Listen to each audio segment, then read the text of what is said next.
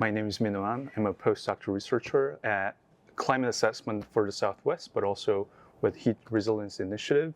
My last year's research has been focusing on heat planning, policy, and governance. How can we be prepared and respond to extreme heat waves, but also chronic heat. We call chronic heat that it's so pervasive, especially in the US Southwest, but also globally. Your work often focuses on the environmental policy and climate issues. So what inspired you to take those and turn it into a board game? It's really difficult to have a genuine dialogue about public policy.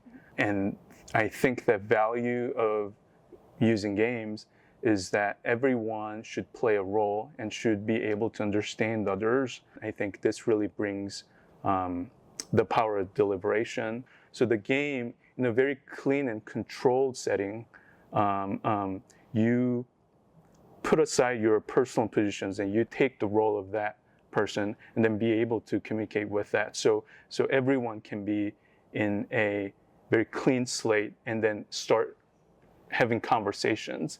Yeah. Well, along with that, can you explain the concept of the game and then maybe a little bit about what the players experience while playing it? Yeah, so the concept of game is that there are three components that's important for the game. And one is that I call social dilemma. So in typical public policy problem, there's a private and public interest. The second thing I emphasize is the collaboration interaction part. So how can you actually create a moment for collaboration through game components, through the game mechanics with different roles? And third thing, obviously, I emphasized was there must be the realistic policy or programs.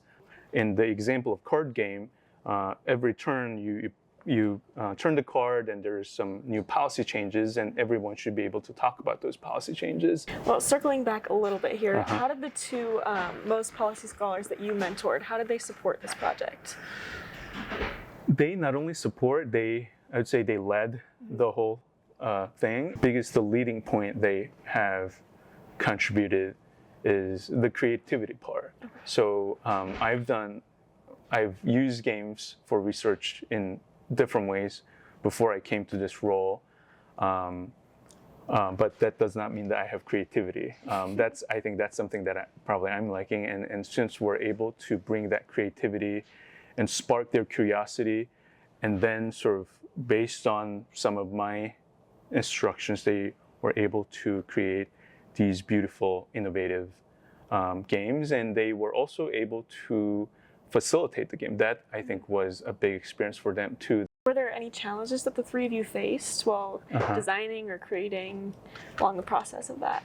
For sure. I mean, I think game building is about building up the complexity with layers, but there's always a trade-off that if you make things too complex, mechanics doesn't work. But if you make it too simple, it's too easy for players, and it can be bored. So I think we had a lot of brainstorming and sort of fixing the game and have the right incentive for individual, but also what is the public interest that is put forth in this game setting. So that has been one part. Kind of switching gears, what advice would you give to other researchers or maybe even students when they want to take that creative path in communicating the public policy issues? Really just being open-minded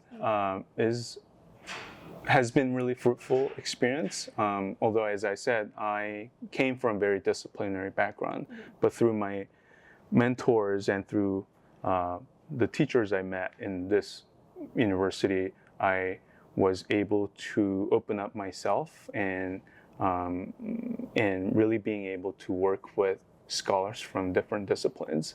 But I think that this path, interdisciplinary path, can be really fruitful if you are really sincere and committed about this issue.